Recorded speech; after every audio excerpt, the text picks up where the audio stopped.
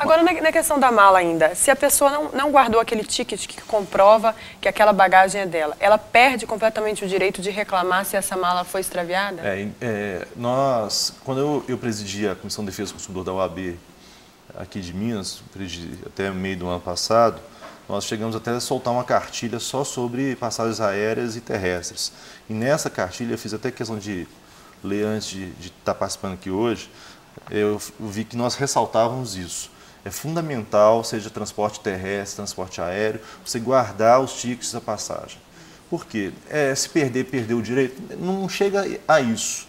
Mas ali é a prova documental que há uma relação de consumo entre você, consumidor, e aquela empresa. É claro que você pode usar outras situações, um e-mail, testemunhas, só que vai dificultando a relação. O processo. Porque o ticket tem valor. Uma tem perda considerável, passagem, no processo. Né? É porque eu já perdi uma mala e eu não consegui justamente porque eu não tinha o ticket guardado. Eu tinha joias lá dentro, então eu perdi tudo porque eu não tinha esse ticket. Isso é uma situação que piora. Não é que inibe por completo o direito, mas piora a relação. Tanto que, é igual a gente insiste, você vai fazer uma compra de um produto, a gente fala, guarde a nota fiscal. Só que se você não tiver nota fiscal pelo direito, não necessariamente, mas a nota fiscal é um comprovante que houve a relação jurídica. É o direito de titularidade de determinado produto. Exato. Né? Doutor, agora ainda falando do extravio de malas, o que acontece? A gente é muito mais sério do que se pode imaginar. Por exemplo, você está indo, eu vou para São Paulo com as roupas e estou indo lá trabalho e extravio a minha mala, eu estou com um terno e não tenho mais nenhuma roupa. Nesse caso, como é que vai acontecer? Como é que procede o caso? É um dano moral também, né? Eu sei que a companhia aérea também pede um prazo para avaliar tudo isso, tem um prazo, enquanto isso o rapaz fica com a roupa do corpo. Não, eles têm um prazo, até tem legislação, tem um prazo de em torno de 24 horas, que a bagagem está em extravio, ou seja, eles têm esse prazo para tentar localizar. Seria, né? Isso, para tentar localizar para te entregar. Enquanto isso, obviamente que aí vai aquela situação.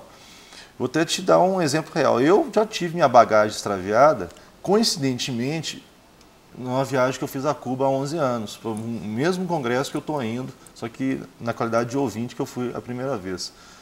Estavam lá os meus sapatos, dentre outros bens, nos meus sapatos que eu precisaria utilizar exatamente para a abertura do congresso. Que para o homem tem um valor tão pessoal quanto as joias, né? Eu estava com os ternos no outro, que chegou até a minha pessoa, só que você imagina, eu fiquei um pouco alternativo, né? De terno e tênis esportivo, né? Eu acho que não ia ficar tão bem, né? Muito embora há fotos aí do comandante Fidel de estar de terno e tênis por conta da questão de locomoção dele, mas eu acho que cabe a ele, não a mim, esse tipo de vestuário. Então, o que eu fiz? Eu fui a uma loja, fiz um rápido orçamento lá em Cuba mesmo, consegui 3 preços de par de sapatos, peguei um que era um preço razoável, com o que valia no Brasil, e comprei dentro desse prazo, correndo o risco da bagagem chegar, mas eu tinha que comprar. E a bagagem não chegou, eles me indenizaram no valor que eu fiz a compra dos sapatos em si, mais outros danos que foram ocasionados por esse extravio.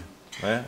Agora, é uma situação bem delicada, né, doutor? Porque roupas, às vezes a pessoa opta por roupas de grife, roupas mais caras, e esse valor tabelado, ele implica em muitas outras situações que talvez não seja de acordo com aquilo. Então, aí é processo jurídico mesmo. Eu até nessa época consegui fazer uma solução administrativa, sem maiores problemas, via órgão de defesa do consumidor. Agora, muitas vezes você vai ter que discutir judicialmente, exatamente por quando começa a incorporar esse outro valor, que uma coisa, extraviou-se uma mala com roupas compradas em liquidação num local mais simples, ou roupas que foram compradas em alta grife, olha como que vai mudando. Então o peso da bagagem já não é mais o referencial, mas sim os valores agregados àquela roupa. Uma roupa de grife dada de presente pelo pastor Jean. Aí Nossa, sim, aí o peso é outro. Aí é outro peso. Então você vai... Aí é um milagre mesmo. Inclusive de ter feito a compra. É o peso da glória. Essa tem que ser altíssima. Essa área do turismo dá muito pano para manga, dá muita confusão. A gente pensa, por exemplo, nas pessoas que compram pacotes para viajar, seja nacional ou internacionalmente, isso também dá muito problema, dá muito direito de consumidor aí, né? Quais são os principais casos de reclamação nessa área? Olha, o principal é esse que nós estamos colocando, Sim. são os problemas com o transporte aéreo, até porque hoje a gente imagina, a Luciana até colocou no início do programa, que há um crescimento econômico, por mais que esteja sendo retardado, 0,3%, de 3% é 10% do PIB que está deixando de crescer. Não é só aqueles números astronômicos, mas é 10% de queda em relação ao número anterior, quer dizer, muita coisa. Mas ainda assim, você tem uma grande camada chegando na classe média, e se você faz uma aquisição de passagem aérea com uma certa antecedência, você consegue comprar com um preço muito razoável. Então, hoje, o problema de transporte aéreo ele é mais acessível e, por via de consequência, mais problemas da população. De extravio, overbooking, que é essa venda excessiva de lugares sem ter exatamente lugar no avião. Isso aí é um problema sério.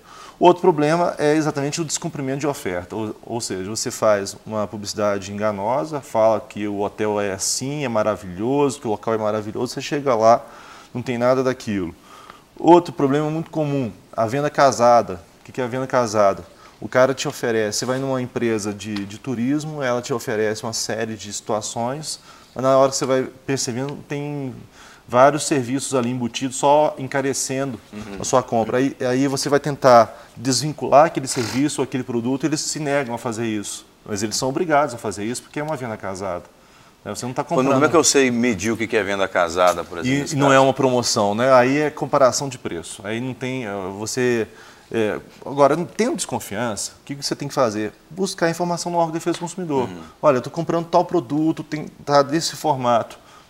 Isso aqui é venda casada, não é? Então, gratuitamente, o órgão de defesa do consumidor tem que te dar uma orientação em cima disso. Então, muitas vezes, o leigo ele não tem muito o tino para ver se aquilo ali tem um problema, mas tem desconfiança, não deixe de recorrer. Mas, por exemplo, você comprou um pacote para ir para o Nordeste brasileiro, por exemplo, e chega lá, o hotel que foi te vendido foi um hotel 4 estrelas. Aí chega lá, é uma coisa... 3 estrelas. É uma pensão, né? Pensão. A pensão da dona Doquinha. Aí, você está com a sua família ali para ser hospedado, não dá para brigar ali naquele momento, então você estraga as férias.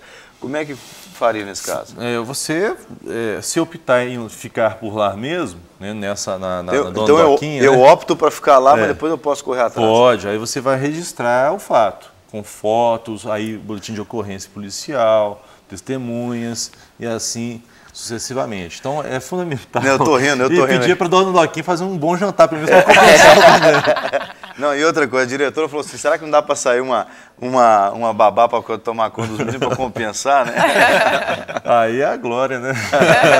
Mas é um assunto muito assim, amplo, inclusive em questões de problemas, porque como a aviação brasileira está marcada por essas situações. Sim. Agora, só para finalizar, doutor, eu queria fazer uma pergunta sobre a bagagem.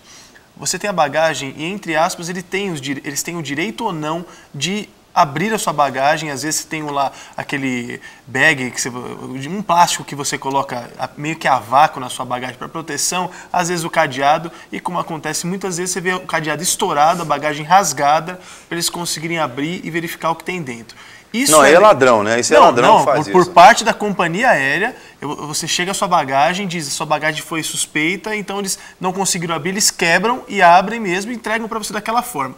Isso é legal? Isso não teria que ser na presença do passageiro? Como que é essa história? O problema é que muitas vezes isso é feito até em voos internacionais. Teve um colega meu que teve a bagagem aberta, não foi nada retirado, mas ela foi claramente quebrada e ainda tinha um bilhete do governo norte-americano em inglês, falando, né, que a sua bagagem era suspeita e por leis americanas eles têm direito. Então, é muito complicado.